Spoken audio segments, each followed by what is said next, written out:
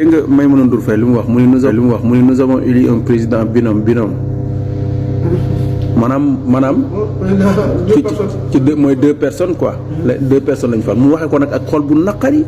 mais moom xam naa ne bi problème bi di am bi ñuy dem campagne ak bi Ousmane Sonko di jël bi ñu dem campagne moom boobu fekk na mi ngi am attaque am boobu noonu moom dafa naa ne campagne bi du ko suivre quoi moom dafa xamul ni moom ba léegi nii moom ñaari personne te ñun kenn la ñuy gis ndax ñun Diomaye mooy Sonko lañu jaay moom lañu jaay sénégalais. Diomaye muy Sonko mooy Diomaye dafa defee ne affaire boobu ci caaxaan lañ nekkoon xanaa. dafa defee ci caaxaan lañ ne mu ne 2 personnes lañ far mu ne un premier ministre fort ni mu koy wax nag gis xool bi mel ne luy bëgg a dagg un premier ministre fort mais ñun gars yi Diomaye ñun loolu lañ bëggoon parce que Afrique suñu dëkk yi il faut un premier ministre boo xam day jël décision parce que Afrique dañ tàmm dem premier ministre yoo xam te ne ay altoppe lañ ñemewuñ sax duñ ñemee jël benn décision. saa yi Diomaye Sonko lañ fal. waaw loolu la président bi boobu moom lañ man foofu lañ fal. Sonko mooy Diomaye mooy Sonko man waaye kan dafa fàttee loolu quoi moo dafa fekk boobu mi ngi ci ay mettit ak yooyu di coono boobu mi ngi ci leneen. non dama ko seetaan démb dama ko sax yërëm dama kii day caaxaan rek Sonko mooy Diomaye mooy Sonko fu ñu gis Sonko nañ ko laaj Diomaye fu ñu gis Diomaye nañ ko laaj Sonko ndax ñoom ñaar lañ fal mu neex mu naqari. Sonko da doon wax Sonko mooy Diomaye mooy Sonko Diomaye di ko wax. Sénégalais di ko wax ñu way ko. yow nga taxoon naa nous avons élu un président binôme non kii dafa yebaatee. Sénégalais loolu lañ voté loolu lañ bëgg a gis.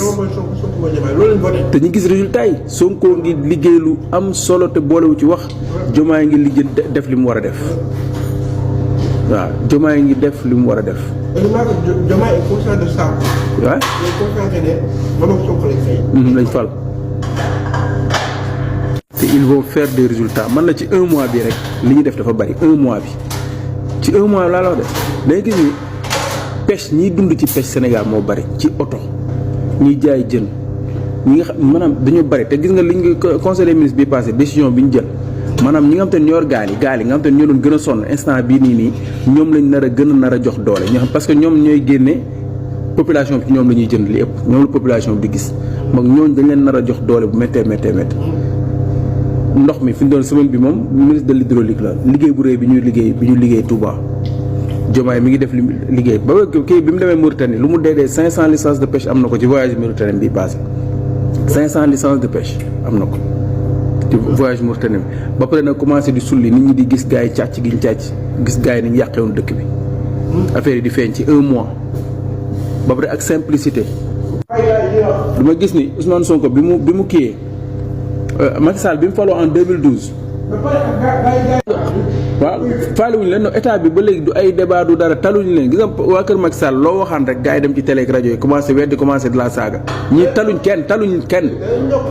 Macky Sall bi mu faloo en 2012 bi mu faloo dafa jël maanaam garde corps am ci la leen fàtte ñi mu daan àndal ci la leen fàtte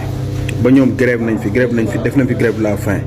fu ne fëgg nañ fa pour Macky Sall gestu leen ba ni Macky Sall nguuram di jeexee ci lañ mujjee génn dem ca siège ba génn taal ay pneu xeex Ousmane Sonko ba léegi nii ñi mu doon àndal ba léegi ñoom lay àndal ay nitam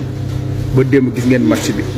mu maanaam premier ministre yii lañ soxla simple jege population bi mu ñëw ay jour ay garde corps am ak chauffeurs yi àndoon moom ci campagne yi def match programme woon nañ ko bu yàgg mu ñëw fekkee match bi